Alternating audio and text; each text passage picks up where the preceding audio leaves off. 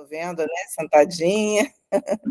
É, é um prazer estar dando aula para vocês, né? Melhor do que isso, só se eu estivesse na Bahia, que é sempre, né, um pedacinho especial do mundo. Eu tenho uma aluna também de doutorado atualmente muito querida de Vitória do Conquista, que é a Adriana Anjos, né? Alguns de vocês devem conhecer. Ela é de Vitória e fez o mestrado dela aí sob orientação do Adriano, não foi, Adriano?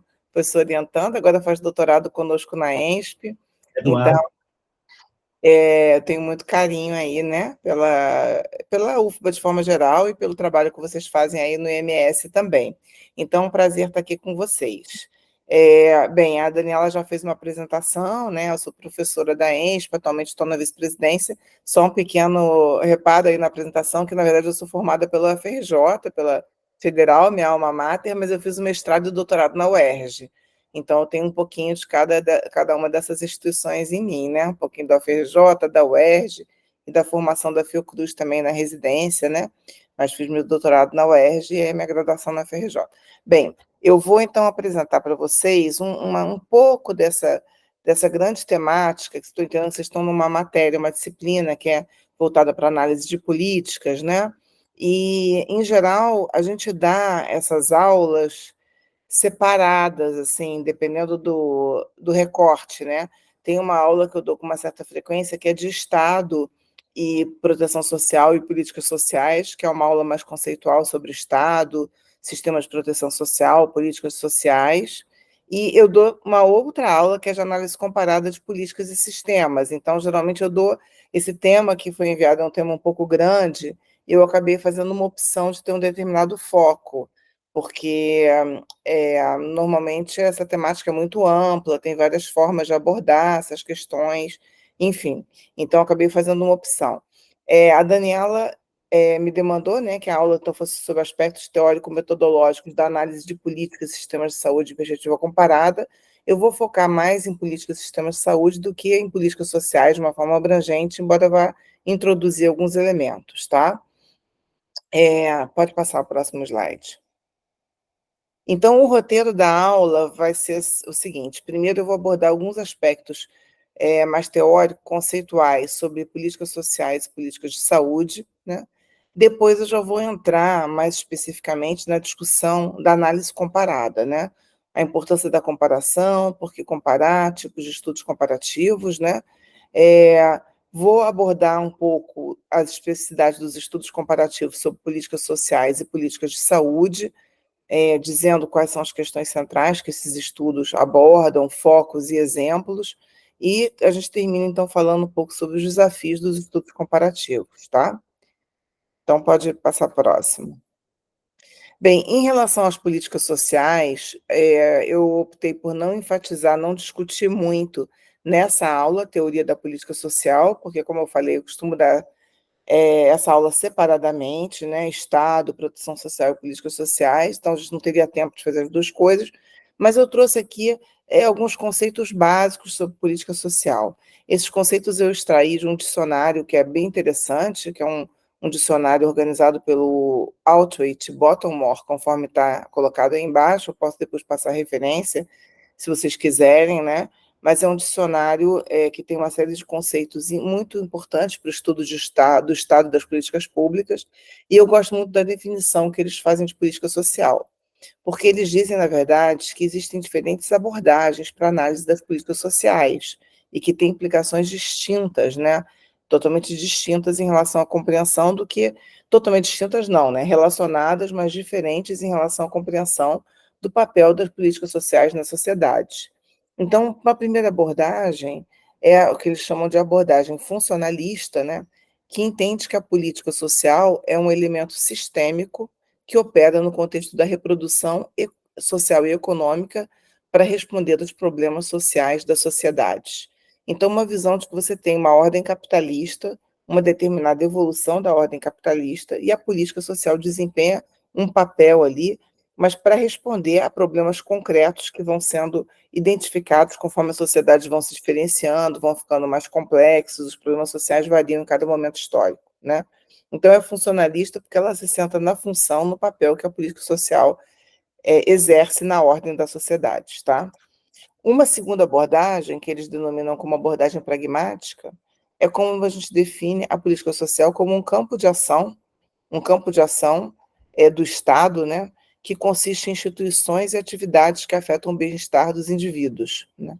Então, é, grosso modo, é quando a gente define a política social pelo que ela faz, né. Então, assim, seria o Estado em ação na esfera social. Então, a política social são as políticas de educação, são as políticas de saúde. A gente fica tentando ver, mas política de trabalho é política social ou não é política social? Fica definindo pelos campos de ação do Estado em áreas específicas, assistência social, previdência. Tem umas que têm um consenso mais fácil de que aquilo é política social. Tem outras que são uma interface. Saneamento é política social? Política de trabalho, regulação do trabalho é política social? Então, é quando você vai definir o espaço da política social pelos campos de ação do Estado, tá? E isso é relevante também porque vários autores apontam que a atuação do Estado na área social é um dos grandes fenômenos, das grandes transformações que acontecem ao longo do século XX, tá? Até o século XIX não era dada essa atuação tão importante do Estado nas políticas sociais para a proteção das pessoas, dos indivíduos, das comunidades. Isso é um fenômeno que cresce, que se transforma de forma substantiva no século XX.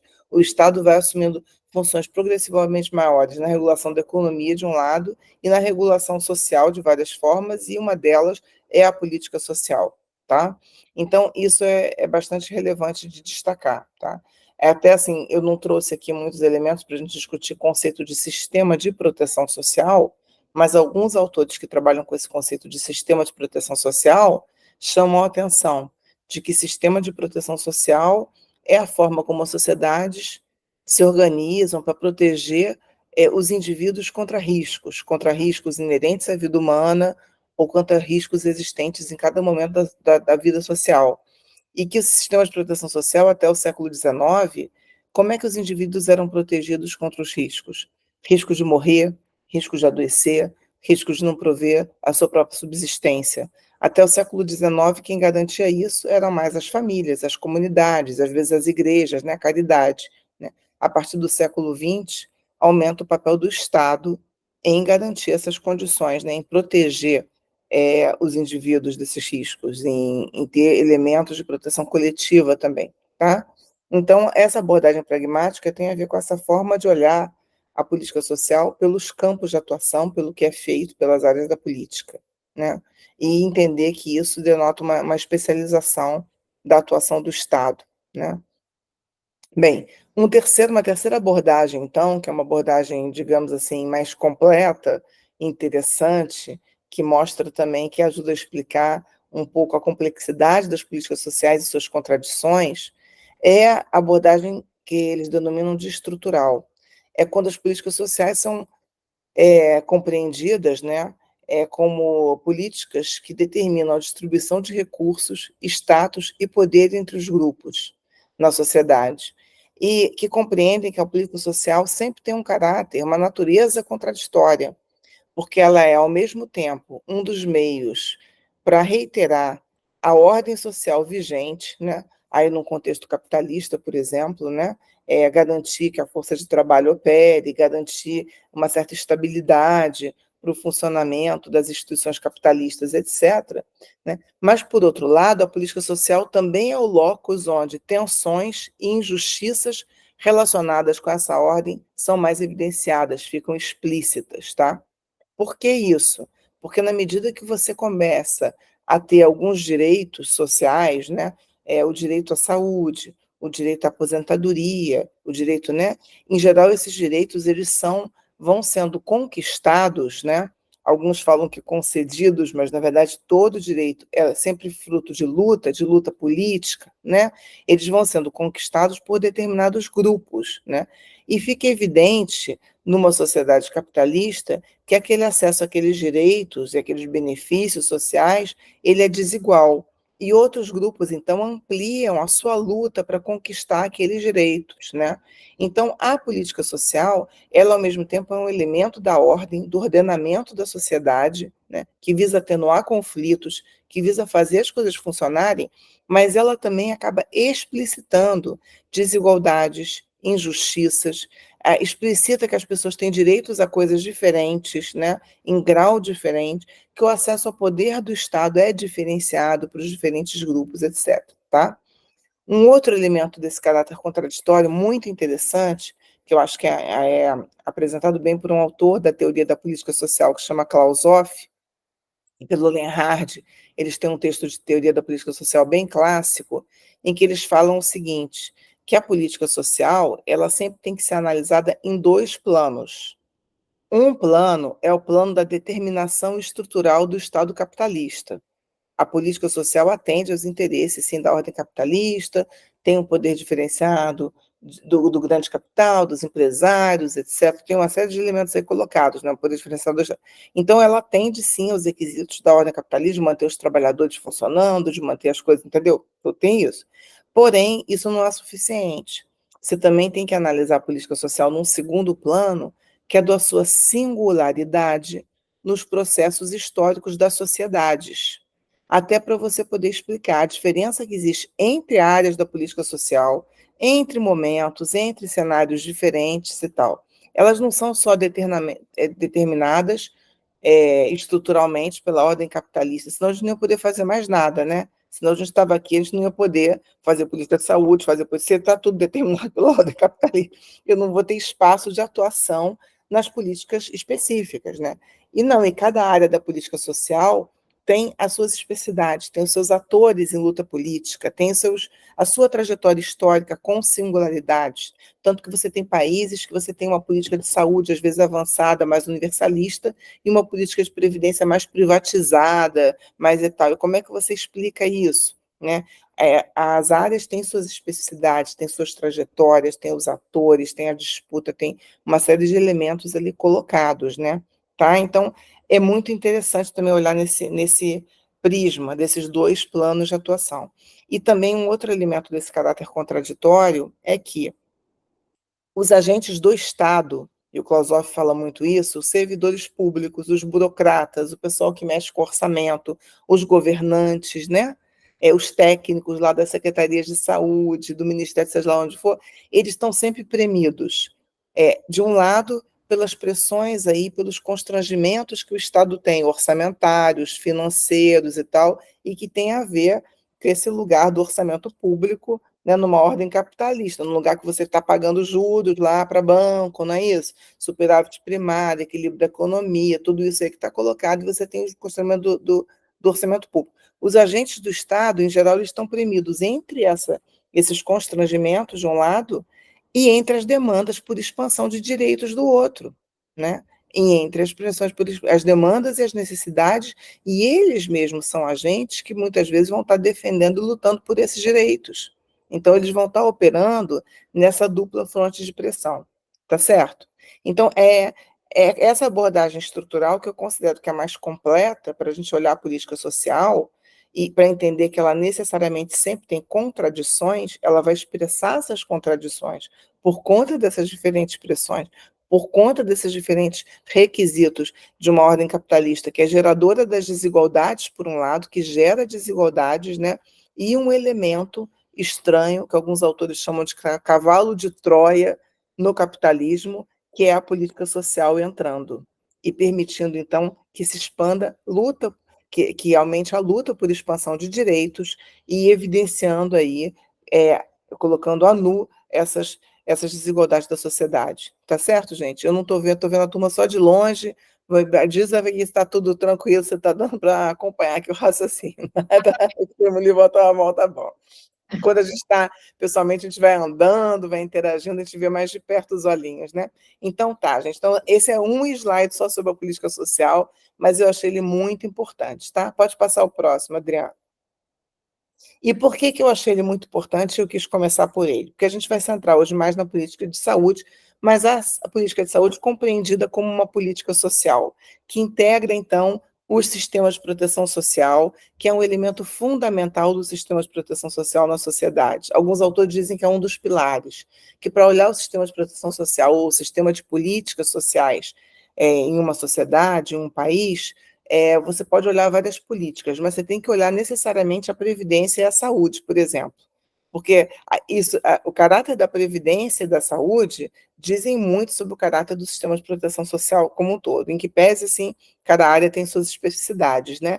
Então, é um elemento central, porque lida direto com a vida, com o bem-estar, com questões que são fundamentais, além de, em geral, ser um dos orçamentos, né, um dos itens de gasto social mais elevado em vários países, né, mas pelo próprio caráter é um pilar fundamental do sistema de direitos sociais e tal, tá? Então, além da política de saúde ser uma política social, também a gente pode analisar a política de saúde como uma política pública. É uma política pública de caráter social, que tem as necessidades aí de integrar o sistema de proteção social. Mas como política pública, ela também pode ser analisada olhando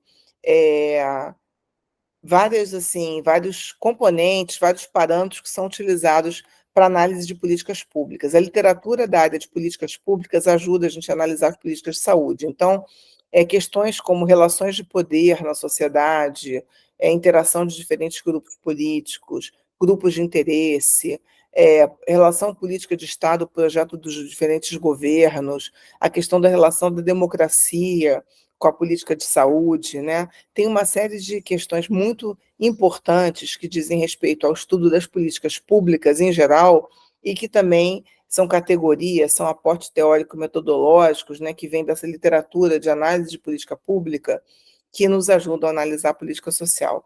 Inclusive, também, todo o campo de análise de política pública, ele é um campo multidisciplinar, tá? É importante dizer isso, eu não sei se alguém já mencionou para vocês, talvez a Lu tenha mencionado. Tem um livro que eu gosto muito, editado pela editora Fiocruz, que é a Política Pública como Campo Multidisciplinar, se eu não me engano, que foi organizado pelo Gilberto Ockmann e outros colegas. Esse é um livro muito bom para quem quer fazer análise de política pública, né? Talvez até vocês usem no curso, porque ele mostra que várias disciplinas trazem contribuições para a análise de política pública. A sociologia, a antropologia, a ciência política, a história, o direito, a administração, e ele tem capítulos assim sobre contribuições de cada uma dessas disciplinas para a análise de política pública. Então, eu estou chamando a atenção para isso, porque se a gente está falando aqui de abordagens teórico-metodológicas, eu estou querendo chamar a atenção que tem uma literatura sobre welfare state, sistemas de proteção social, teoria da política social, etc., que ajuda a gente a analisar as políticas de saúde. E tem uma literatura que vem da análise de política pública, de diferentes matrizes disciplinares, que também nos traz aportes interessantes para analisar políticas de saúde. Depende aí das questões de pesquisa que nós temos, né? Nossos objetivos dos nossos estudos, do recorte que nós vamos ter do objeto, do interesse que a gente tem. A gente escolhe as nossas lentes teóricas e os nossos aportes assim, metodológicos e tal, de acordo com as nossas questões de pesquisa, a nossa finalidade e tal. A questão de pesquisa vem lá na frente, é a mais importante, né? Para nortear, então, todo o desenho que a gente vai fazer do nosso projeto, da nossa proposta de pesquisa, etc., que a gente vai querer contribuir para responder, para explicar. Tá certo, gente? Então, queria chamar a atenção nesse sentido. Importante dizer que a política de saúde, eu estava falando aqui que a gente tem as políticas sociais, mas as políticas sociais, cada qual tem suas especificidades, suas singularidades nos processos históricos da sociedade. E a política de saúde, então, eu gosto muito também de um outro texto que ele fala das três faces ou três dimensões da atuação do Estado na saúde, da política de saúde, tá? Que é o fato, é a dimensão econômica, a dimensão social e a dimensão política, propriamente dita, ou de poder, né? A política de saúde, ela tem uma relevância econômica muito grande, né? Porque o setor saúde, ele é um setor de alta relevância econômica. Ele mobiliza muita gente, gera muitos empregos, etc. Ele mobiliza muitos interesses econômicos, ele mobiliza insumos, tecnologias, né? Ele tem um peso no PIB dos países. Então, uma área, um setor que é muito relevante para a economia dos países de forma geral. Então, não dá para a gente fazer política de saúde sem compreender essa dimensão econômica da política de saúde. Tudo que ela traz de bom, tudo que ela traz de ruim, né? Porque nem sempre os interesses econômicos estão atrelados aos interesses da saúde, do bem-estar da população, mas também todo o potencial que isso tem se a gente aposta em combinação virtuosa entre essas dimensões, né? Então, isso é muito importante a gente entender. A segunda dimensão que a gente está falando aqui, a dimensão social da política de saúde, o fato de que ela é um pilar dos sistemas de políticas sociais, dos sistemas de proteção social, no caso brasileiro, da nossa seguridade, né? Essencial para o bem-estar, essencial para os direitos humanos, essencial para a melhoria das condições de vida da população, para a redução das desigualdades. E a dimensão política ou de poder é o reconhecimento de que o setor saúde e a política de saúde mobilizam muitos interesses diferentes, muitos atores diferentes, muitos grupos, muitas organizações. Ah, mas toda política pública, isso é verdade, toda política pública realmente isso acontece, com especificidades em cada uma. Por exemplo, no caso da saúde, a gente tem que considerar as corporações profissionais, né? Os médicos, a enfermagem, né? As corporações que são os farmacêuticos, eles têm forte influência na política de saúde, eles atuam o tempo inteiro para isso, né? Então, assim, a gente tem que considerar toda essa diversidade das corporações profissionais, o caráter das organizações de saúde, o que são os grandes hospitais, os hospitais de alta complexidade, os hospitais universitários, são organizações assim que têm um peso muito grande também na política de saúde. As empresas da saúde, as farmácias, gente. A gente tem farmácia em tudo quanto é esquina, né? O acesso no Brasil a medicamentos se dá principalmente via farmácia. Não se dá mais tanto na unidade de saúde também, mas uma grande parte é via farmácia. A ponto do governo ter acabado fazendo um programa de acesso a medicamento que é acoplado com a rede varejista, né? Fez a farmácia popular. Primeiro fez o Aqui Tem Farmácia Popular, que era a farmácia estatal. O ritmo de crescimento da farmácia popular, estatal, pública, foi lento. Aí se fez o quê? A vertente Aqui Tem Farmácia Popular, que é convênio com a rede varejista. Por quê? Porque a rede varejista é poderosíssima, gente, já estava presente no país largamente, né? E com uma capilaridade extraordinária. Aqui você não anda, no Rio você não anda um quarteirão sem esbarrar em duas farmácias. Imagino que mesmo em Vitória deve ser assim também, tem farmácia para todo lado, né? Tem vereador que é dono de farmácia e tudo mais. Então, assim, eu estou falando assim, dessa questão do poder e dos atores que variam de área para área, e isso influencia na política pública, tá? Então, assim, para resumir, o setor saúde também, como setor na sociedade, ele é um setor que tem uma extrema complexidade. Um objeto da saúde mesmo já é um objeto complexo, né? Tem um conjunto de determinantes muito variados, muito amplos, né? Eu coloquei de uma forma muito simplificada aqui, biológicos, mas para agregar uma e todo o processo de determinação social dos processos de saúde e doença, como a gente bem fala na área da saúde coletiva, e o pessoal tem falado muito em determinação socioambiental. Antigamente a gente tinha uma visão a gente não, havia uma visão da determinação ambiental que era uma visão muito conservadora, como se as pessoas fossem condicionadas pelo ambiente que elas vivem, né? Mas hoje em dia o que a gente discute quando se fala em determinação socioambiental é essa relação que existe entre ambiente, território, tal, e modos de vida, dinâmica de ocupação territorial, é esse território vivo na concepção do Milton Santos, né, em que as pessoas interagem e transformam o território a todo momento. O território o ambiente, não são só os fixos, né, não são só os biomas, não são, é isso, interação com as pessoas, né, transformando aquele espaço, explorando muitas vezes indevidamente, como nós estamos vendo aí, tá? Então, tem toda essa complexidade desses fatores que influenciam a saúde. É um setor tecnologia intensivo, né? É um setor que é um motor de inovação, de desenvolvimento tecnológico, também para o mal e para o bem, né? Então, isso tudo tem que ser, ao mesmo tempo, regulado e tem que ter política e tal, para que as tecnologias sejam desenvolvidas e incorporadas aos sistemas de saúde, para melhorar a vida das pessoas e para serem acessíveis para todas as pessoas, né, e não para alguns que podem pagar e tal, né, e ao mesmo tempo regulação de uso, né, de evitar que coisas sejam colocadas que não fazem bem à saúde, ou que não são seguras, ou que são fruto só de especulação, né, de interesse econômico e tal. Né? E também é um setor mão de obra intensivo, como a gente sabe, né? Estou usando o termo econômico entre aspas de propósito, porque os economistas usam isso, mas eu quero dizer o seguinte: é um setor que demanda muitos trabalhadores qualificados em uma série de funções e atividades muito variadas, né? E pode ter máquina que tiver, não se abre mão, pelo menos até o momento, das pessoas qualificadas para o uso daquilo. Você pode ter um aparelho de radiologia super sofisticado, né? Pode ter uma série de instrumentos de calibração, mas você precisa de um técnico muito especializado para mexer naquilo, né? Ou para calibrar aquilo, precisa de um físico, muitas vezes, para regular aquilo. Então, eu queria chamar a atenção para vocês disso, né? Porque isso influencia muito a nossa compreensão das políticas de saúde e a forma como a gente tem que analisá-las. Pode passar o próximo. Bem, então, feita essa pequena introdução, vou entrar mais propriamente na discussão da comparação, né? Da análise comparada. E quais são eh, as principais correntes que nos ajudam a fazer análise comparada de políticas e sistemas de saúde, né? Em primeiro lugar, queria chamar a atenção que a questão da comparação, ela é muito antiga, né, e está muito fortemente presente no campo das ciências sociais. Vários autores apontam que o recurso à comparação está na origem do campo das ciências sociais. Isso por quê? Porque nas ciências sociais não se aplica o método experimental, né?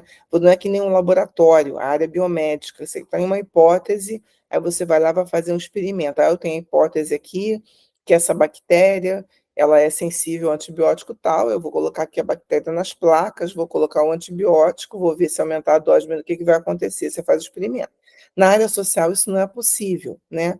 Isso não é possível, você geralmente, fora algumas situações específicas, você faz experimento social, mas não é isso a forma melhor de você compreender a realidade social. Então, o recurso à comparação entre diferentes realidades, em diferentes momentos históricos, ele acaba fornecendo uma base empírica para explicação, para compreensão e explicação dos fenômenos sociais, tá? Mais adiante eu vou dar alguns exemplos, né? Então, a análise comparativa, segundo vários autores do campo de ciências sociais, ela ajuda a compreender e a explicar alguns processos sociais complexos. E os estudos da área de ciências sociais, de caráter comparativo, assim, que são mais conhecidos, citados, que estão na base desse campo, são estudos sobre macroprocessos, por exemplo, processos de construção dos Estados nacionais. Como é que surgem os Estados nacionais, né? Nos diferentes países, nos diferentes cenários regionais, final do século XVIII, depois no final do século XIX, tem uma outra onda, né? Como é que isso surge, como é que isso vai se configurando? É, os processos, modelos de capitalismo, os padrões de capitalismo diferentes, né? Quais são as características dos diferentes arranjos capitalistas, processos de revoluções, guerras, democracias, a comparação entre regimes mais ou menos democráticos, então, para explicar o que influencia regimes mais democráticos. E tudo isso importa para a nossa vida cotidiana. A gente entender o que favorece que os regimes sejam mais democráticos ou menos democráticos, não é isso? Favorece, importa para as políticas públicas, importa para as políticas de saúde. A gente sabe que a história das políticas de saúde está muito atrelada também à questão democrática. No Brasil isso foi muito significativo, né? Os sistemas de políticas sociais também, a compreensão dos diferentes modelos de welfare state, vocês devem ter ouvido e lido, né? Modelos de bem-estar social, modelos de proteção social, arranjos de políticas, né?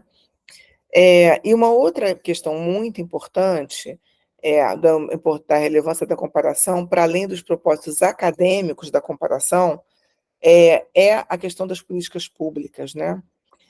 O que eles dizem é o seguinte, que a comparação, ela influencia, seja a análise acadêmica das políticas públicas ou a ação política, propriamente dita, nas políticas públicas. Queira você ou não, você explicite ou não. Quando a gente está analisando política pública, você pode não estar usando o método comparativo, mas você tem valores, ou tem experiências, ou tem literatura, tem coisas que estão te informando a partir de casos que você leu, que você estudou, e aquilo influencia a tua análise, né? Ou as pessoas, quando propõem políticas públicas, governantes, dirigentes, ou mesmo acadêmicos, grupos de interesse, elas estão baseadas muitas vezes em experiências que elas viram. Então, assim, às vezes você não tem um método comparado sendo aplicado, mas você o referencial que você tem das experiências históricas, sociais e tal, influencia a sua análise ou a proposição.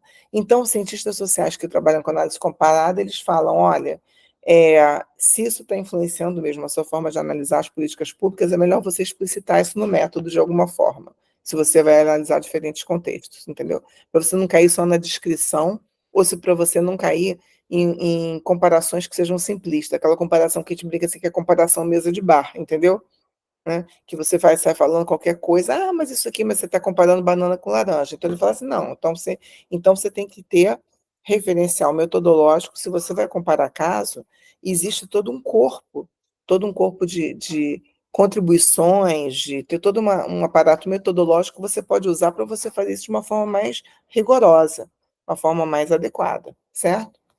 Então, qual é o objetivo, então, da análise comparada nessa matriz, das ciências sociais, particularmente a matriz que trabalha com abordagem histórico-comparativa nas ciências sociais? Já vou introduzindo essa ideia da abordagem histórico-comparativa com a qual a gente trabalha mais, né.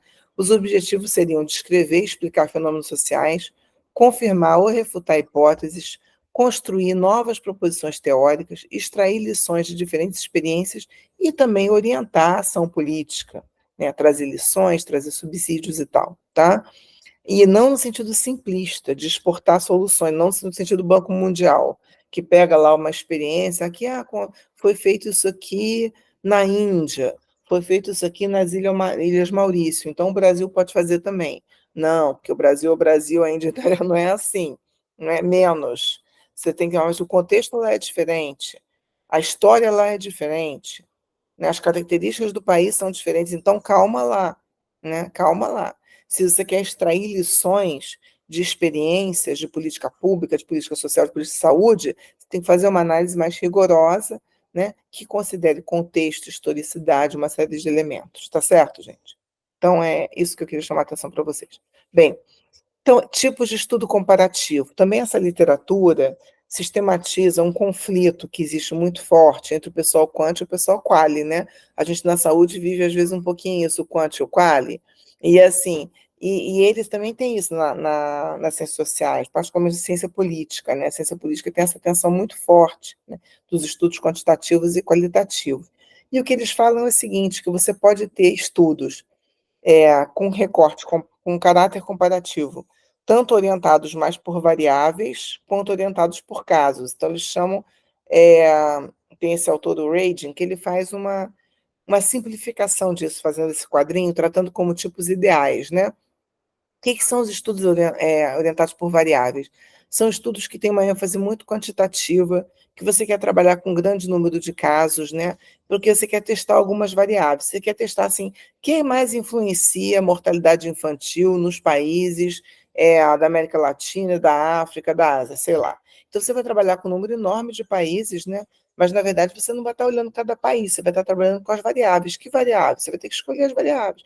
É a mortalidade infantil, de um lado que você quer ver, mas quais são as causas possíveis?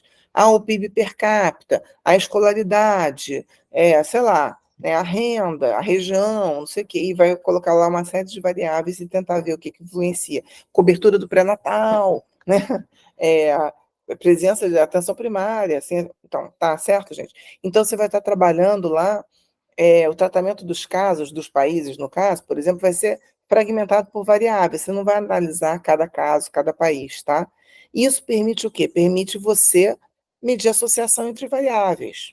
Ah, a mortalidade infantil está associada ao menor PIB per capita, por exemplo, né? Mas isso não quer dizer que seja causalidade, tá? Por que não quer dizer que seja causalidade? Porque para você olhar causalidade, você tem que analisar processo histórico. Quando você só cruza um monte de variável, você não sabe, tem outras variáveis que você não está colocando no modelo, tem, sabe?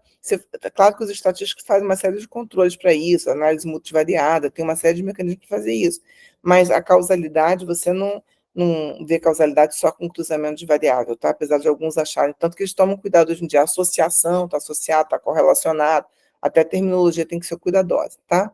Mas, enfim, mas esse tipo de estudo permite algumas generalizações e testes, não é tese, não, é testes de hipótese, tá? Bem, o segundo grupo de estudos que eles destacam, num outro polo, são os estudos de caso, né? São os estudos que têm uma ênfase qualitativa, que se inclui um pequeno número de casos, trata cada caso na sua totalidade, considerando a complexidade dos casos, o contexto de cada caso, os processos históricos, né? Com isso, você vai tentar fazer o quê? Identificar semelhanças e diferenças entre os casos que você incluiu, por exemplo, os países e tal, né? E segundo vários autores, isso vai favorecer a explicação do fenômenos sociais, porque você vai estar considerando a historicidade diferenciada dos casos, tá? Né? Por outro lado, tem um limite que é a limitada capacidade de generalização, né. Você não pode analisar 3 casos, assim, e sair falando que aquilo se aplica à América Latina toda, sei lá, tá. Ou 2 casos e falar que aquilo se aplica à Europa. Você pode levantar: "Olha, a partir desses casos eu identifico tais e tais questões, tal, tal, tal", mas você está olhando aqueles casos, né. Você pode levantar hipóteses, questões a serem aprofundadas em estudos posteriores. Pode, né, mas assim, não dá para generalizar, tem limite de generalização, tá? Ainda assim, esses estudos podem oferecer contribuições teóricas muito importantes, mesmo estudos de caso único, tá? Que não é propriamente comparado, pode oferecer contribuições teóricas importantes quando você faz mergulho nos casos. Pode passar a próxima, Adriana. Bem, eu só queria essa balancinha só para chamar a atenção de vocês, que hoje em dia várias pessoas que trabalham com estudos histórico-comparativos, na verdade, combinam esses 2 elementos, não são antagonismos profundos. Tem muitos estudos de alto padrão, assim, que na verdade procuram fazer análises estatísticas de variáveis, trabalhando com um conjunto maior de países, né, e ou de casos, ou de estados, ou de municípios, depende da sua unidade de análise, porque a unidade de análise não é só país, né, mas combina isso com estudos de caso em profundidade, tá? Faz uma análise mais geral, com dados secundários, com um número maior de unidades de análise, mas depois escolhe algumas, segundo alguns critérios bem explícitos, escolhe algumas para fazer mergulhos em profundidade e o estudo fica muito bonito. Geralmente não é estudo de uma pessoa só, não, tá, gente? Para ninguém se animar aí no doutorado e depois não conseguir cumprir o prazo de 4 anos. Geralmente isso aí são empreitadas assim para grupos de pesquisa, tá bom? A gente, quando está fazendo mestrado ou doutorado, a gente tem que delimitar bem o que a gente vai fazer, porque o tempo é curto. E tem que apostar que a gente está contribuindo para uma linha de pesquisa, para um grupo maior. Pode seguir. Aí é só para a balancinha ficar bonitinha para vocês já. Pode apertar aí. Bem, o que que caracteriza, então, para resumir, isso que eu estou chamando da análise histórica comparativa nas ciências sociais, né, que é uma corrente com a qual a gente trabalha muito, porque a gente acha que contribui para a análise de política de saúde, né? A ênfase em configurações mais macro e em questões complexas, né, em perguntas que são de ordem mais macro, né. O fato de você fazer uma pesquisa que está baseada em casos que você vai definir o critério de seleção desses casos, pela sua similaridade e ou diferença, porque você pode combinar critérios de similaridade e diferença para a sua escolha dos seus casos. O importante é você explicitar que critérios são esses, justificar bem, fazer um sentido aquilo. Depois eu explico, vou dar alguns exemplos, tá? E a terceira coisa é o que eu estou chamando de comparação sistemática e contextualizada. Não dá para você dizer que você está fazendo análise comparada ou em perspectiva comparada, só assim descrevendo os casos de uma forma distinta um do outro. Não é isso. Você tem que pré-definir, a partir das suas questões de pesquisa, dos seus objetivos da pesquisa, do referencial analítico que você escolhe, você tem que definir alguns eixos de análise ou categorias de análise e estruturar o seu estudo dos casos a partir daqueles eixos e de suas categorias. Fazer seus instrumentos de pesquisa, fazer seus roteiros de entrevista, fazer seu roteiro de análise documental, para você depois conseguir fazer uma boa descrição, sim, dos casos, porque ninguém explica nada sem descrever direito, né, gente? Fazer uma boa descrição, mas uma descrição contextualizada e parametrizada ou sistematizada segundo, pelo menos, alguns eixos analíticos que você coloque. E daí você vai conseguir depois fazer uma análise perspectiva comparada, tá certo? Isso implica, para fazer uma comparação sistemática contextualizada, que você confunda não, né? Conheça profundamente o contexto e as características dos casos, que você compreenda que variáveis que podem estar presentes em mais de um caso, elas podem estar presentes, 2 ou 3 variáveis lá nos casos, mas elas podem interagir de forma diferente naqueles casos. Elas podem estar presentes, mas a interação ser diferente por uma série de outros motivos, uma série de outros fatores que estão interferindo ali naquela realidade social, né. E um outro elemento importante é o diálogo entre a teoria e a história, né. As evidências empíricas, o que você encontra na sua pesquisa de campo bem feita, elas podem contribuir para você reformular conceito, teoria e explicações anteriores. Você pode ir para o campo com uma determinada compreensão com determinados eixos e você ser surpreendido também. Elas podem criar contrafactuais. Gente, Eu vou pedir um segundo aqui, só porque eu estou sentindo cheiro de gás, tá? Então, eu vou ter que dar um grito aqui. Eu estou em casa hoje, já volto aqui. Pode ficar com isso aí, é um segundo só, porque eu vou avisar aqui o pessoal que eu estou sentindo cheiro de gás. Espera aí. Tudo bem. Tirei a apresentação.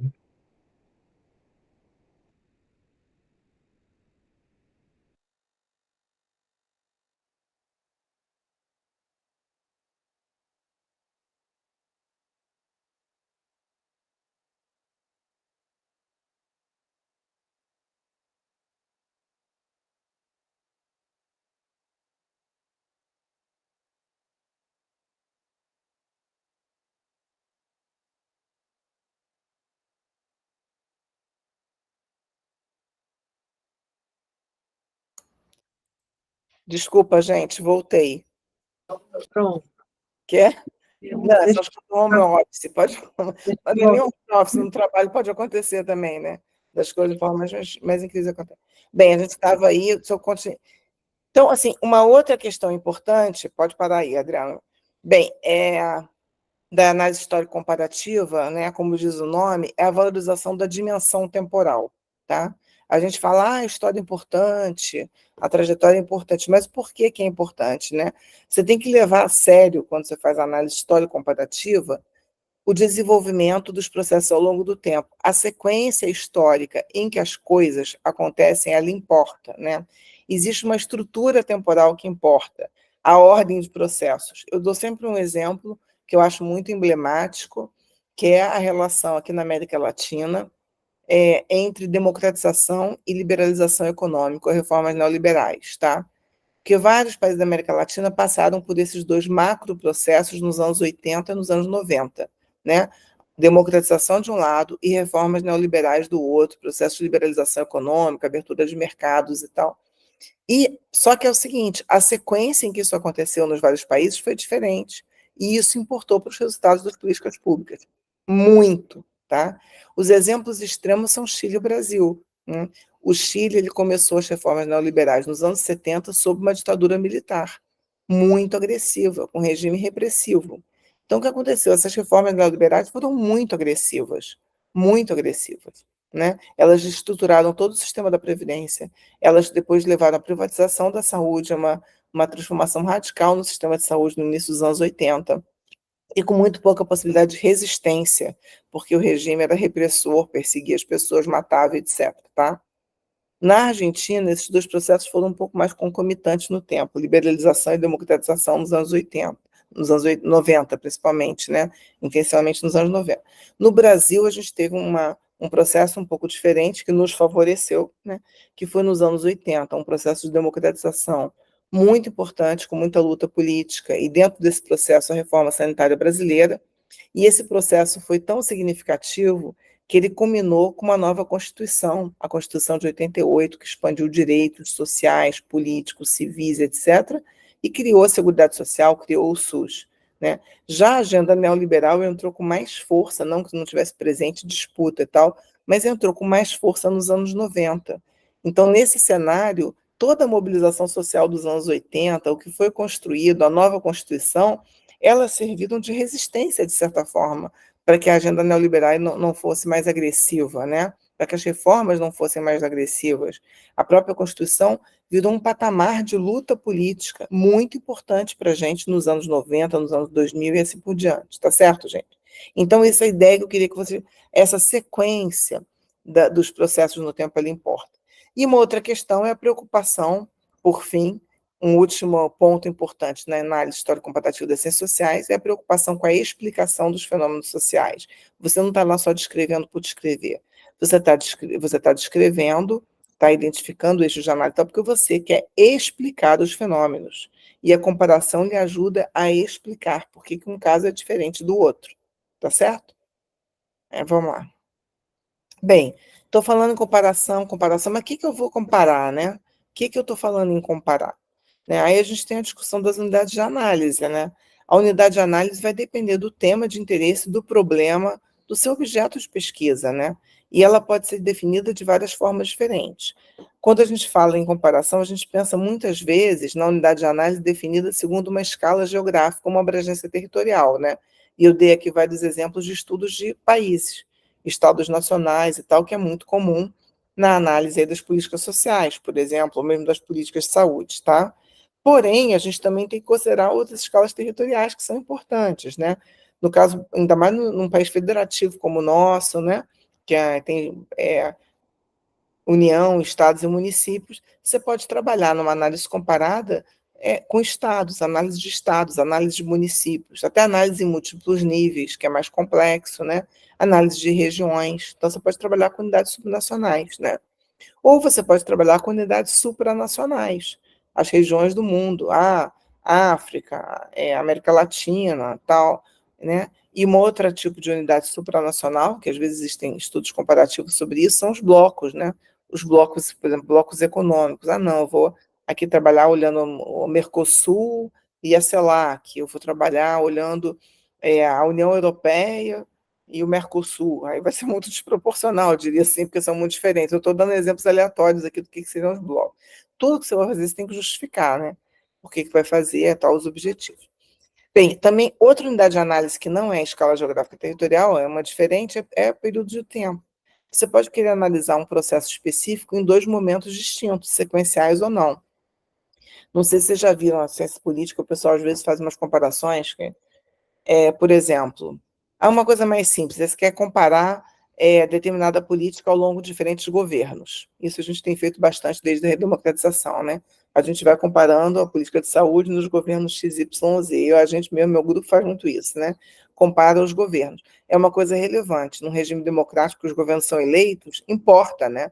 A questão da agenda do governo, a mudança do governo. Então, e a política de saúde tem uma alta densidade como política de Estado.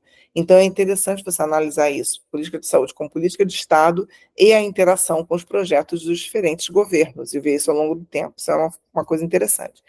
Mas, às vezes, o pessoal analisa períodos diferentes, por exemplo, não sequenciais. Por exemplo, na pessoal da ciência política, eu já vi alguns estudos que o pessoal compara a composição do Congresso, do Legislativo, pós-88, com a composição no período semidemocrático, democrático, né, de 45 a 63. Tá? Eu estou colocando entre aspas, porque 45 a 63 não era uma democracia 100%, né? Tinha restrições a partidos políticos, mas o pessoal chama muito de período democrático, 45 a 63, porque depois teve um golpe também, né? Então, tem o pessoal da ciência política às vezes faz essas análises, né, comparando esses períodos. Tá? Para dar um exemplo. Bem, você pode também comparar processos, programas e estratégias. Né? Se pegar uma estratégia que tem um objetivo similar à outra, dois programas, isso é feito muito na avaliação, né? Avaliação de programas, por exemplo. Você quer comparar duas estratégias diferentes para controle de tuberculose, ou duas formas diferentes de organizar a atenção primária. Então, você pode fazer uma comparação entre programas que têm objetivos similares, mas que têm arranjos diferentes. E você pode também querer comparar papel e atuação de organizações ou atores em face de um mesmo processo em um dado contexto. Por exemplo, eu quero ver a posição das associações médicas em relação a mais médicos, tá? Eu vou ver aqui a posição do CFM, da Associação Médica Brasileira, sei lá, dos médicos populares, vou pegar as organizações médicas e vou comparar a agenda delas em relação a uma determinada política pública. Tá certo, gente? Então, como é que a gente seleciona os casos, né? A gente, a gente tem que definir, quando a gente vai fazer análise comparada, quais vão ser os casos e quantos vão ser os casos. E isso vai depender do tema, do foco da investigação, da questão de pesquisa, dos objetivos da pesquisa, da abordagem que a gente vai adotar, dos métodos que a gente pode adotar e os aspectos práticos, né? Tamanho, perfil da equipe, tempo, recursos disponíveis. Já vou dizendo para vocês, uma dissertação de mestrado, você não consegue fazer análise comparada, é muito difícil, a não ser que você trabalhe assim com análise mais quantitativa, dado secundário, né? Pegar lá os municípios e ver. E mesmo num doutorado, se quiser fazer análise em termos de estudo de casos, estudo mais qualitativo, você trabalha em geral no máximo com 2 casos, né? 3 casos já é assim, quase que um milagre, né? É difícil você fazer, tá? Teve uma aluna minha que fez uma vez, assim, por exemplo, ela fez 3 casos no Ceará, ela quis estudar a política de saúde bucal no Ceará. Aí ela pegou 3 municípios, um polo de cada região do Ceará. O macropolo, que são 3 macro-regiões, ela pegou, aí ela analisou aqueles 3 municípios, mas foi uma trabalheira, até isso é difícil você fazer, né? Então, é assim, só falando, porque às vezes a pessoa se empolga, daí depois chega com um desenho para orientador, para não dizer que eu não avisei, que não gente tem que tomar esse cuidado e ver também se vai ter recurso, não vai ter. Próxima, tá? Como é que a gente escolhe quais os casos? Essa é a grande questão, né? Quando o seu orientador fala assim para você, lá, diz aí, você tem que justificar a escolha dos seus casos, né? Aí você trabalha no município, você quer estudar aquele município, né? É legítimo também, você vai colocar lá, tem uma dimensão justificativa que é pessoal, mas você tem que ter mais do que isso para justificar. Por que que você vai escolher aquele e o outro município vizinho, né? O que que você vai dizer? Então, assim, tem formas diferentes, tá, gente? Eu não vou me ater muito nisso, não, mas você pode escolher casos que são similares, tá? Você quer escolher casos que são similares, mas que os resultados são diferentes. É o mais comum, né? Você quer, por exemplo, por que que é importante isso? Porque você escolhe que as características que já são similares, elas não vão interferir muito naqueles resultados, entendeu? Então, assim, é, eu quero, se, por exemplo, quero comparar a política de saúde, eu trabalho muito com a América Latina, eu tenho trabalhado bastante com as grandes federações, Brasil, México e Argentina, né? E aí eu digo assim, são 3 países populosos, economicamente relevantes, são 3 federações, etc. Aí, de vez em quando, chega assim, mas, professora, e Cuba?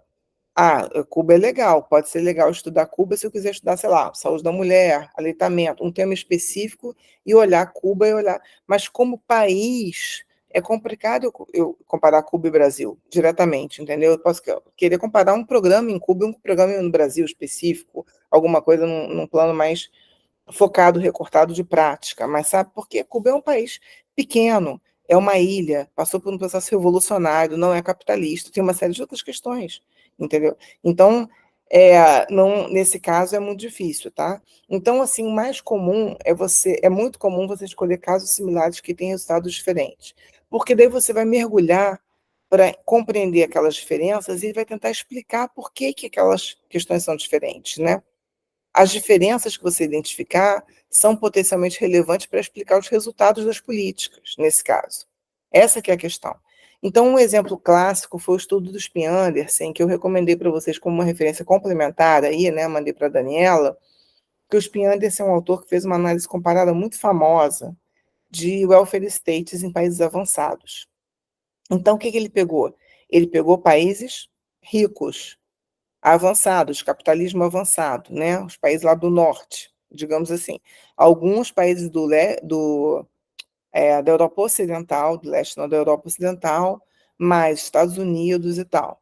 Ele pegou esses países porque os países eram democracia, só pegou democracia e só pegou país de alta renda, de renda alta, classificado como renda alta. Porque ele não queria que dissesse que as diferenças eram porque era uma democracia ou porque era de renda alta. Então ele não queria explicar os welfare states, porque senão isso aí já ia definir tudo. Mas ele queria dizer o seguinte, mesmo nesses países que são ricos e são de renda alta e são democráticos, os welfare states são totalmente diferentes. Por quê? Por que que os Estados Unidos têm um sistema de proteção social tão diferente do da Suécia? Isso que ele queria explicar. E ele queria entender por que que esses sistemas são diferentes, quais são as causas, o que está por trás, o que favoreceu um modelo ou outro, tá? Então, ele quis comparar sistemas políticos sociais em países avançados, capitalismo avançado e democráticos, tá? Então, esse é um exemplo clássico. Bem, mas você pode também escolher estudar casos muito diferentes que tiveram resultados similares, depende do seu objeto. Um estudo clássico da ciência política é o estudo sobre revoluções da Terra Scott Paul, que é uma cientista política bem conhecida. Ela queria, qual era a pergunta dela? Por que que os países fazem revolução? O que que acontece quando acontece uma revolução? O que que explica a eclosão de um processo revolucionário? Ela queria ver o resultado da revolução. Essa era a pergunta dela. E aí, para tentar entender o que fazia com que um processo revolucionário acontecesse, esse resultado, ela pegou 3 países completamente diferentes que passaram por processos revolucionários: a França, a Rússia e a China. E ela queria olhar o que nesses casos tão diferentes, que se tinha acontecido alguma coisa em comum, ou algum arranjo em comum num dado momento histórico que favoreceu acontecer uma revolução. Entenderam, gente, qual é a questão? Olha que coisa brilhante. E foi um estudo, assim, marcante na história das ciências sociais, né? Tá? Bem, mas você também pode combinar critério. você pode dividir os casos segundo semelhanças gerais, né? Você pode pegar assim. Aí eu quero pegar aqui, quero fazer estudo de município. A implantação do PSF nos municípios brasileiros. Então, primeiro eu vou pegar aqui municípios de grande porte e municípios de pequeno porte. Peguei 2 grupos. Aí eu vou olhar aqui em cada grupo as diferenças internamente, entendeu? Eu vou olhar nos de grande porte. Então, eu pego os municípios de grande porte, mas eu olho aqui, não, municípios de grande porte, mas tem aqui os do norte, do nordeste, do centro-oeste, tem os municípios do grande porte que têm alta renda, os municípios de grande porte que têm baixa renda, tá? Ou nos municípios de pequeno porte, posso fazer a mesma coisa. Posso ver, tem municípios de pequeno porte, mas aqui tem uns que têm petróleo, então a renda é alta, tem uns que têm política pública, governo de esquerda, sei lá, você faz uma subdivisão lá para você analisar, tá? Pode passar o próximo. Ter que correr um pouquinho aqui, né? Eu me empolgo, aí eu vou demorando, né? Terminado aqui, ó. A gente começou que horas? A gente começou 2h10.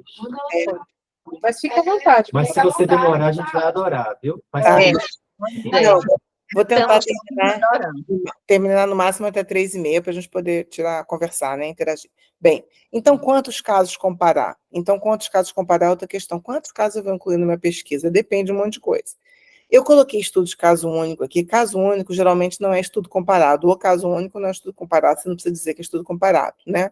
Mas eu coloquei só para valorizar também os estudos de caso único, tá? Porque você fica, mas eu vou analisar um caso só. Pode ser muito importante analisar aquele caso, né? Porque você pode estar querendo explorar um fenômeno que existe naquele caso específico, que diferencia aquele caso, que destaca aquele caso. E você pode tentar compreender se e por que aquele caso é exceção a um padrão que é mais predominante, né?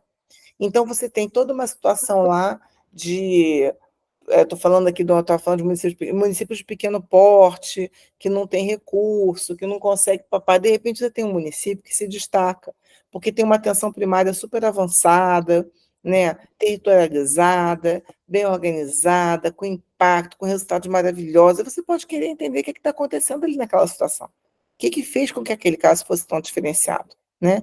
Então, isso tem um valor muito grande. E o interesse daquele caso pode extrapolar o caso específico, porque pode trazer conhecimentos que sejam relevantes para você pensar a política de forma mais geral. E a outro elemento interessante é que aquele seu estudo de caso ele pode estar dentro de um grupo de pesquisa, está dentro de uma linha de pesquisa, contribuindo para o que aquele grupo está trazendo como um todo. Tá? Então, isso tem um valor. Não é, aquele estudo em si pode não ser comparado, mas ele vai estar contribuindo para uma linha de análise comparada, vai estar contribuindo para trazer um conhecimento mais amplo, tá? Então, valorizem isso, que isso é muito importante, tá? E você também pode usar literatura. Você pode, na sua discussão, você estudou um caso, mas você, na sua discussão, você faz aquela análise à luz da literatura, à luz do conhecimento que existe sobre aquele tema, pegando outros casos, pegando outra coisa, você faz uma discussão, não é isso? Então, eu queria valorizar isso. Tem também a possibilidade de estudar 2 ou 3 casos em profundidade para você estudar um fenômeno social complexo. Isso pode ser factível por um pesquisador, 2 pode, mas em geral você às vezes tem que ter já mais alguém, né, te ajudando e tal, tá? Mas pode ser factível por um pesquisador ou um grupo reduzido de pesquisadores, né?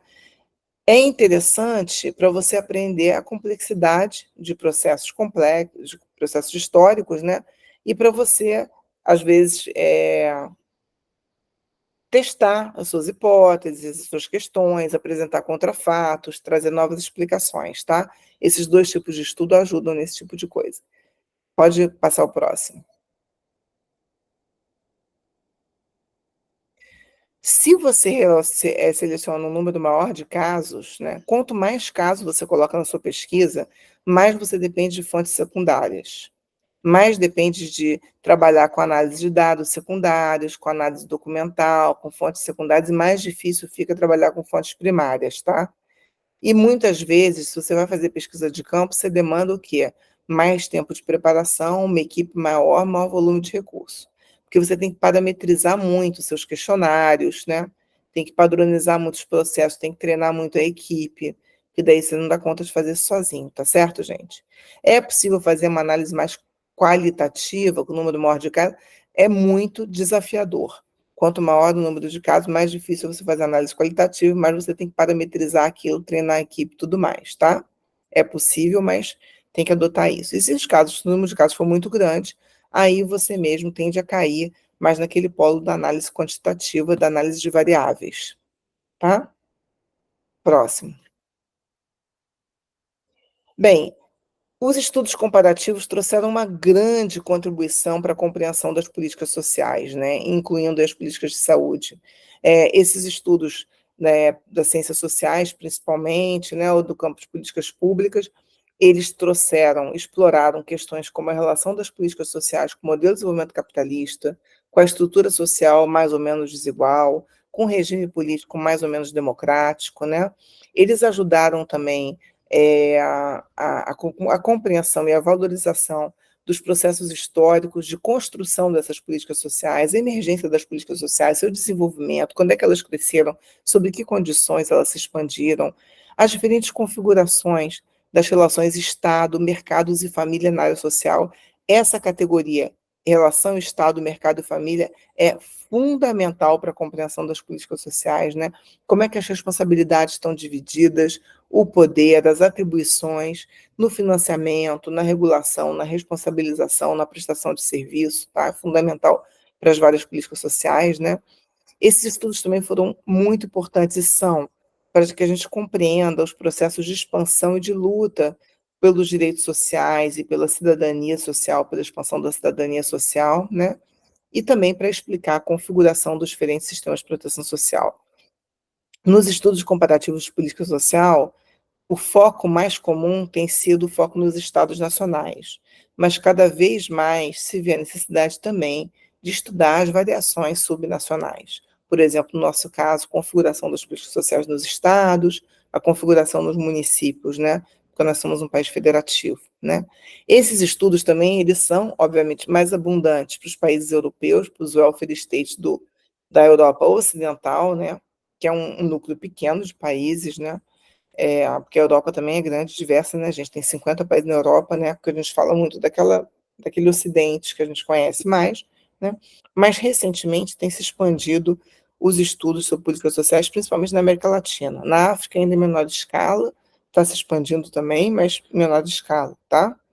E tem vários autores que procuram fazer tipologias, né? Eu mencionei aqui o Spin Anderson, como autor que estudou os welfare states, ele fez uma tipologia dos welfare states, considerando só os países ricos, né, e democráticos, né? Ele identificou um regime que é o regime social-democrata, que é o regime em que predominam as políticas universalistas, o regime da Escandinávia, por exemplo, identificou um segundo regime, que é o regime que ele chama de corporativo conservador, que é o regime muito centrado nos seguros sociais, que predomina no centro da Europa, Alemanha, França e tal.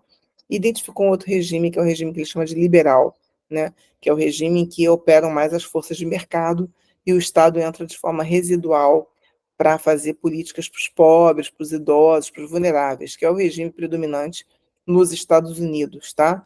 E ele também cita a Inglaterra, ele cita os países anglo-saxões, com a diferença que para a gente é difícil engolir isso, porque a Inglaterra tem um National Health Service, né? O sistema de saúde na Inglaterra, ele tem esse caráter mais universalista. Porém, a lógica do sistema de proteção, em geral, ele tem um caráter muito liberal na previdência, na assistência social. Vocês viram o Daniel Blake? Levanta aí a mão de quem, se alguém viu Daniel Blake. Não viram? Então aí passa o link para eles depois, Adriano, para eles verem que esse filme é lindo. Esse filme é do Ken Loach, né? Se passa no Reino Unido, e ele mostra muito isso, tá? O que é ter um país que a lógica liberal ela impera e você tem um sistema nacional de saúde, tá? Porque o protagonista ele usa o sistema de saúde universal muito bem, mas ele começa a passar dificuldades que têm a ver com essa questão mais liberal da mercado de trabalho junto com a política social, e aí vocês vão lá ver o filme para ver as consequências. É muito bonito, tá?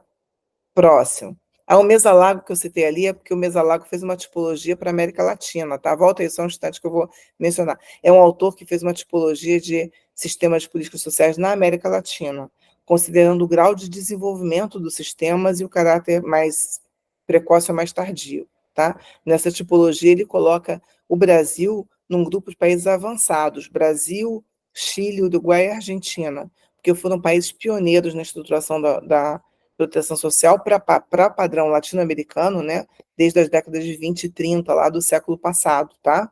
Então, em comparação com outros países. Mas vamos passar adiante.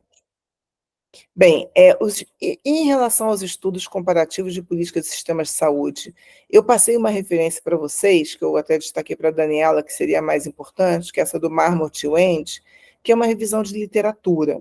É uma revisão de literatura, que por isso que eu acho que ela é didática, que os autores falam que a análise de políticas de sistemas de saúde, ela pode ter ênfase maior nas políticas ou nos sistemas. É diferente quando tem ênfase nas políticas, nos sistemas, pelos componentes que você valoriza, né? As variáveis que você vai ressaltar no seu modelo de análise, né? Quando a ênfase é nas políticas, você geralmente tem que olhar para os atores políticos, as instituições, as regras, etc. Quando a ênfase é no sistema, você olha muitas vezes as funções do sistema, configuração, organização. Por exemplo, a regulação, financiamento, organização do sistema de saúde, modelo de atenção, etc. Entendeu? Uma série de componentes que você vai olhar do sistema de saúde, tá?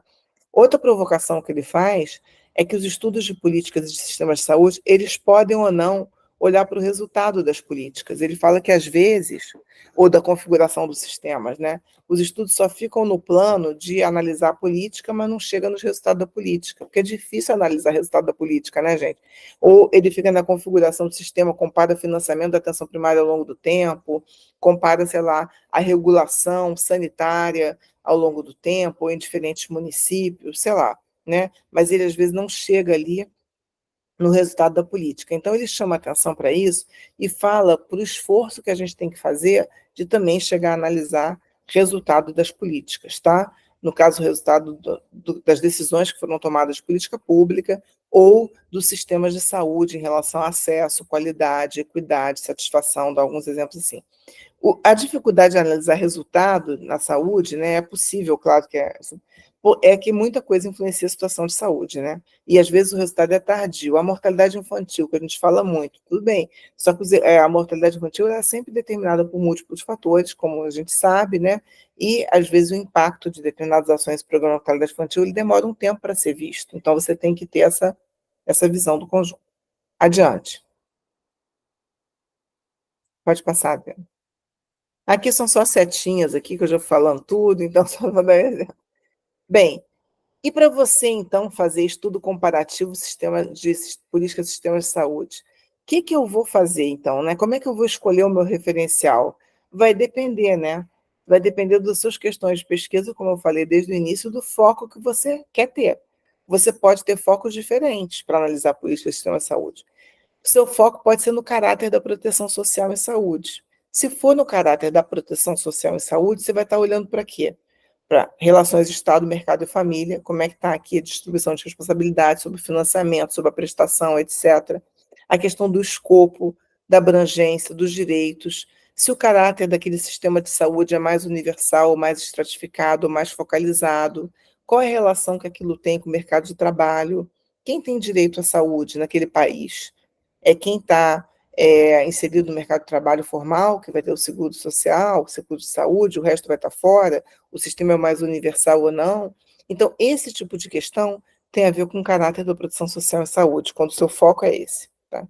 Você pode querer ter o foco da política de saúde como uma política pública. Então, o que eu quero ver? Eu quero ver o contexto da política, quem são os atores que estão influenciando a política, como é que são as agendas, quais são as prioridades, como é que ocorre o processo de formulação e implementação política ao longo do tempo, as continuidades e mudanças, o processo político, a governança, não sei o quê, o conteúdo das políticas, né? A agenda, a prioridade, etc. Tá certo, gente? Você pode querer ter esse foco, que daí você vai pegar, o que vai te ajudar nisso? Vai te ajudar o referencial da política pública. Não vai ser o referencial marxista que vai te ajudar. Você vai estar trabalhando num plano intermediário. Até ajuda também. O referencial marxista, nesse caso, ajuda por causa de grupo de interesse e tal, dependendo do que for. Mas te joga muito para o eixo de cima, mais macro também, tá certo? Ajuda se você pegar a teoria de elite, de representação, grupo de interesse, também tem alguma literatura aí que ajuda.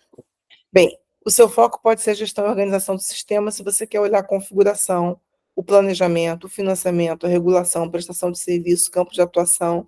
Então, você pode estar querendo olhar como é que aquele sistema de saúde está organizado, como é que as funções são exercidas. Tá? Eu vou dar um exemplo depois. E você pode querer olhar desempenho também. o desempenho do sistema, os seus resultados, tá? Efetividade, tá? Daí vai depender, você vai ter que adotar uma matriz avaliativa, definindo bem seus indicadores para saber que dimensões, que atributos do sistema você vai estar avaliando. Pode seguir, né? Adriano. Bem, aqui eu estou dando um exemplo, quando o foco é um. Vou dar um exemplo de cada um, tá? Daqueles lá, um exemplo de cada um daqueles. Tá? Só eu vou fechar com esses exemplos. Quando o foco é o caráter da proteção social, o que é importante? Quando esse é o seu foco da sua pesquisa, é você ver quem está assumindo aquelas atribuições da proteção social e saúde. Eu dei esse exemplo no início, né? Que até o século XIX era mais associação religiosa, comunidade, tal. A partir do século XX, aumenta a responsabilidade do Estado na política social e na política de saúde, né? Agora, em todo lugar o Estado está assumindo aquilo devidamente? É sempre o Estado? O que acontece com o cuidado dos idosos, por exemplo, né? Na nossa realidade social, muitas vezes as famílias assumem uma série de funções do cuidado, particularmente, e dentro das famílias, das mulheres, né? As mulheres assumem muita responsabilidade. Se o sistema é muito mercantilizado, na verdade, os mercados estão assumindo uma série de atribuições, de funções aí, certo? Então, assim, o quem assume é importante. Uma outra questão é a quem se destina. Se o sistema ele é mais universal ou é mais focalizado. Se ele foi desenhado para abranger todas as pessoas que nasceram ali ou que vivem naquele território, ou seja, se o sistema é mais universal, ou se o sistema foi desenhado só para cobrir os trabalhadores formais, ou seja, na lógica de seguro, ou se o sistema é desenhado para só cobrir quem não consegue se proteger de outra forma. Só os excluídos, os muito pobres, quem não está no mercado de trabalho, quem não pode pagar, quem está excluído dos circuitos formais. Ou seja, é um sistema voltado para pobres necessitados, o que a gente chama de um sistema focalizado, tá? Então, a quem se destina é importante, né? Tipo escopo de política e programa, né? Se a gente está falando de política de saúde, o que está incluído na política de saúde? É só atenção básica, atenção especializada, né? Que tipo de programas que existem ali? Qual a abrangência deles? Qual é o desenho? A atenção básica é mais universal, mais seletiva, é mais abrangente ou mais seletiva, né? Mais restrita, desculpa, abrangente seletiva não, abrangente ou restrita em termos de conjunto de serviço, enfim, como é que isso está, o que está sendo ofertado ali, o que está sendo garantido para aquela população de fato, tá? E por fim, como se oferece, quais os arranjos entre Estado, mercado e família, por exemplo, porque o financiamento pode ser público, a prestação pode ser toda privatizada. No SUS a gente tem muito isso, né? Contratação de serviços terceiros, tal, tal, tal. Ou a gente pode estar jogando responsabilidade, como a gente mencionou, para as famílias, tá? Então, como isso está certo, gente? Então, na questão da proteção, quando o foco do estudo é na dimensão da proteção social e saúde, essas são questões importantes. Próximo exemplo. O foco nas políticas de saúde. Isso aqui foi extraído desse texto do Marmot e Wendt, né, que ele fala que para analisar a política de saúde, a gente tem que considerar necessariamente os atores políticos, as instituições envolvidas, né, os órgãos, as entidades, as associações, os atores, as ideias, os princípios, as diretrizes e como é que ela se operacionaliza, né? Quais são os insumos monetários, os insumos reais, os produtos e chegar até os resultados, né? E o aparato regulatório que incide sobre tudo isso. Então, o Marmot e o Wendt, a partir da revisão que eles fazem, eles propõem isso como um esquema para análise de política de saúde, por exemplo, que eu acho que é mais simplificado, digamos assim. Próximo. Eles estão preocupados até, e falam que o estudo pode estar em qualquer foco desse. O foco pode ser só nessa parte aqui dos atores políticos, ou pode pegar essas dimensões processuais, ou pode chegar até o resultado, tá? Aqui eu estou trazendo um outro esquema que a gente usa muito. Ih, caramba, eu acho que eu anexei o negócio errado. Aperta mais um, vê se tem mais uma coisa vindo. Pronto. Mas, de qualquer forma, tá. Não, pode passar mais um. Pode passar mais um.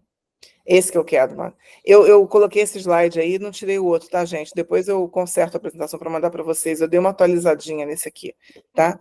Então, às vezes a gente pode ter, esse aqui é um referencial que a gente tem trabalhado muito no nosso grupo. O Adriano, sabe, ali já até me provoca, falou que eu tinha que escrever isso, né, sistematizar isso, porque a gente foi construindo com diferentes aportes um referencial com o qual a gente tem trabalhado, né, para olhar sistemas de saúde, políticas e sistemas de saúde.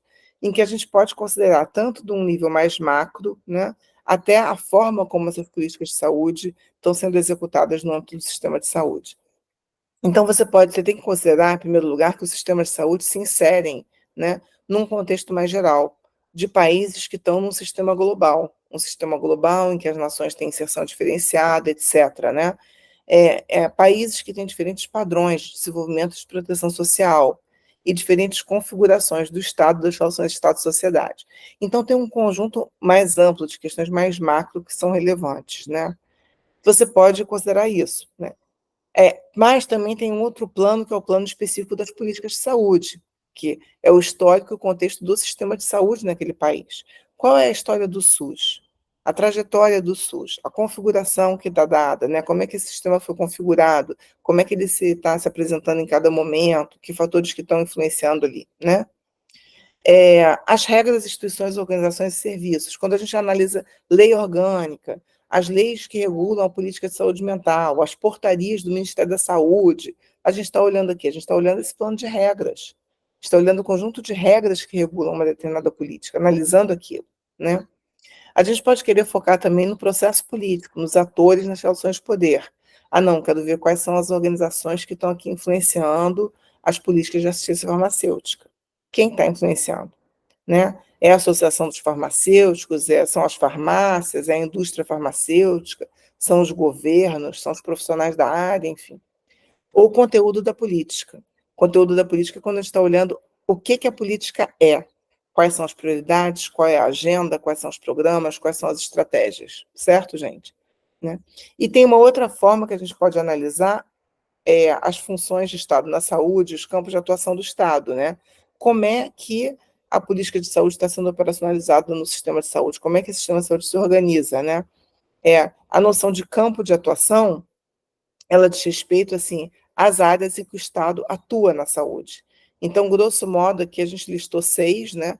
Atenção à saúde, que envolve da promoção à assistência, não é só assistência, vigilância epidemiológica, vigilância sanitária, ciência, tecnologia e insumos, trabalho e formação de profissionais e informação e comunicação em saúde, que são importantíssimas hoje em dia. Então, isso são grandes campos de atuação do Estado na saúde.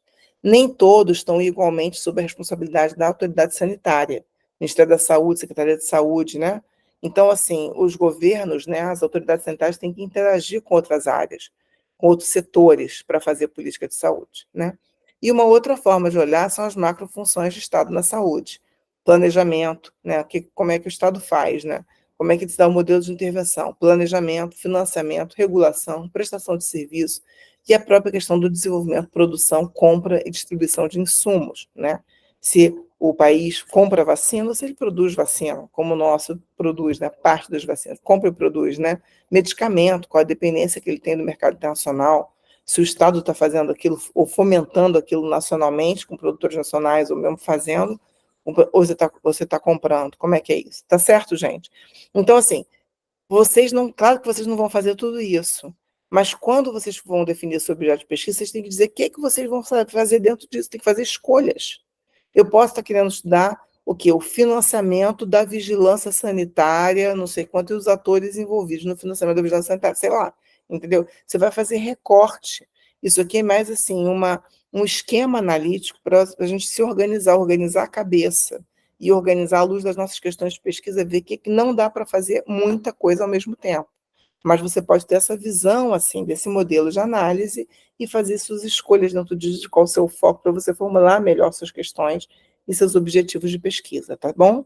Então, esse é o referencial que a gente tem trabalhado nas nossas pesquisas. Um outro foco que tem relação com aquela coluna das funções de Estado, que eu coloquei no esquema anterior, né? Mas esse slide aqui eu até tirei de uma aula da Lígia, muito boa que ela dá, que é o foco nas modalidades de intervenção governamental. Tem a ver com aquele bloquinho ali de funções do Estado que eu coloquei, né? Que ela fez essa sistematização a partir do trabalho da Emergut, que a Emergut organiza, uma autora que ela usa bastante, e que organiza como é que você analisa o financiamento, como é que você analisa a regulação, como é que você analisa organização e prestação. Então, é interessante, eu trouxe porque tem essa descrição dos vários componentes que estão em cada uma dessas macrofunções, e isso ajuda também, quando você trabalha com foco no financiamento ou na regulação, ao você ver que categorias, né, que componentes lá que você pode usar para analisar aquela macrofunção de Estado, tá? Próximo. E, por fim, pode apertar que vai aparecer mais umas coisas. Esse desenho já está muito antigo, não tive tempo de substituir. Esse aqui mesmo. É um modelo de análise de desempenho do sistema de saúde, tá? Esse é o modelo do PROADES. Ele já tem uma versão. Se vocês entrarem no site PROADES do ICIT, é um projeto que é um projeto voltado à análise do desempenho do sistema de saúde. Então, ele é interessante porque ele tem esse modelo aí, né, de que condicionaria o desempenho do sistema, e ele trabalha com atributos que você pode analisar de efetividade do sistema, acesso, eficiência, aceitabilidade, e para cada atributo ele tem uma definição e ele tem a proposição de indicadores, e tem uma base de dados por trás que você, inclusive, extrai alguns desses indicadores. Então, eu queria valorizar um pouco isso, porque foi um projeto muito voltado para essa análise de desempenho, e que tem lá definições de conceitos e tal, que podem ser úteis para vocês também, que ajudam a gente, né, quando a gente quer chegar nesse polo do desempenho, tá? Como qualquer modelo, tem pontos positivos e tem limites, mas só para vocês saberem que também é possível, né, vocês buscarem na literatura, buscarem referências e focarem os estudos, por exemplo, no acesso, na efetividade, em atributos que são atributos mais de desempenho, tá? Pode passar a próxima. Bem, finalizando então, gente, que eu já falei para caramba aqui, passei muito do tempo que eu falei que eu fazia, tentei juntar coisas que são de aulas diferentes. Então, mas finalizando, a gente está falando aqui dos desafios de fazer estudos comparativos, de alguns aportes teóricos metodológicos. Quais são, então, as questões que a gente tem que considerar quando tenta fazer estudos comparativos, né? O primeiro é o respeito, ao que eu já falei, às especificidades históricas dos casos, né? A grande diversidade que existe e tal, isso é um imenso desafio. A complexidade dos fenômenos sociais também, né, que estão ali interagindo naquele caso específico, a gente não consegue esgotar todas as dimensões da realidade social, por mais que a gente queira. Então, todo estudo vai ter limites, esses limites têm que ser assumidos lá na sessão final do trabalho, tá? Uma outra questão que é importante são as dificuldades que a gente tem de ter informações confiáveis e compiladas segundo critérios homogêneos que permitam a comparação. A gente sempre tem que olhar, quando a gente vai usar determinados indicadores, determinadas informações, um estudo que tem mais de um caso, que a gente vai adotar uma pesquisa comparativa, como é que aquela informação foi levantada, quais são os critérios, como é que aqueles indicadores foram apurados, porque os critérios são diferentes muitas vezes, entendeu? Às vezes os indicadores não são diretamente comparáveis. Aí você tem que fazer uma série de procedimentos e tal. É muito difícil, às vezes, fazer isso, tá? Bem, uma outra questão importante é a dificuldade que você tem de identificar todos os fatores que estão interferindo nos resultados quando você vai analisar uma política pública. A gente nunca consegue saber tudo que está interferindo ali. Então, tem que ter cuidado na identificação dos limites. Eu já comentei também isso lá no início, que em contextos diferentes, um mesmo conjunto de fatores ou variáveis pode interagir de forma diversa e gerar resultados diferentes, né? Você olha lá, assim, às vezes algumas características estão presentes em dois países, mas elas interagem ali de forma distinta. Aí você vai ter que explorar outros fatores que expliquem as diferenças, porque não são aquelas, entendeu? Ou elas interagiram e a interação, enfim, as mesmas coisas geraram interações distintas, né? E você vai ter que discutir isso no seu trabalho, tá? Então, é bastante, assim, desafiador. Uma outra questão importante é o desafio de superar a mera descrição dos casos ou variáveis para explicar os fenômenos. Isso aí, muita gente fala que está fazendo análise comparativa e não está fazendo, porque você está descrevendo um caso, outro caso. Tudo bem se você só for descrever, mas então não fala que você está fazendo análise comparativa. Fala que você está assim, situando aqueles casos, né? Que você está, né, descrevendo os casos, assume que é uma descrição dos casos, que você está relatando aqueles casos, tá? Porque o grande pulo do gato é você superar a mera descrição e procurar explicar. Para isso você tem que ter eixos e perguntas bem definidos, né? E método, tá? Bem, uma outra questão que eu não queria deixar de comentar é o que alguns autores chamam de problema de Galton, que é o seguinte: diante da questão de questões que são globais, né? Eles falam dos desafios na globalização, mas de questões que têm influências globais, que são macro questões, os casos, mesmo de países, não são separados, eles estão num sistema global, tá certo? A gente viu agora na pandemia. Não basta você fazer estudos de caso da pandemia dizendo só, a gente até fez um livro tal com 9 casos, Mas não basta você fazer aqueles 9 casos e dizer que são os 9 casos como se fossem unidades isoladas. A gente passou por uma crise global, uma situação pandêmica, uma emergência de importância internacional. Aquilo afetou a todos.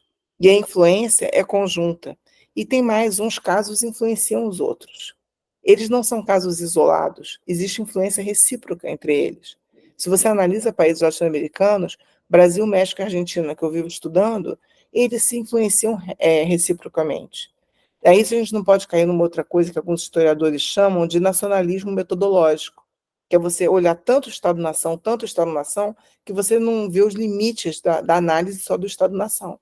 Você tem que entender que aquelas unidades, sejam quais forem, elas estão numa situação mais abrangente, inseridas num contexto mais amplo, tá? Se você olhar município, é a mesma coisa. Se você olhar estado, é a mesma coisa. Tem que tomar esse cuidado, tá certo?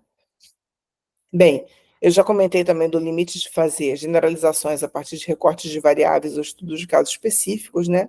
E, por último, eu chamaria atenção para o que decorre de tudo isso, que é a necessidade que a gente tem de compreender a complexidade dos fenômenos sociais e as influências que são dinâmicas e as transformações globais contemporâneas sobre as políticas sociais de saúde.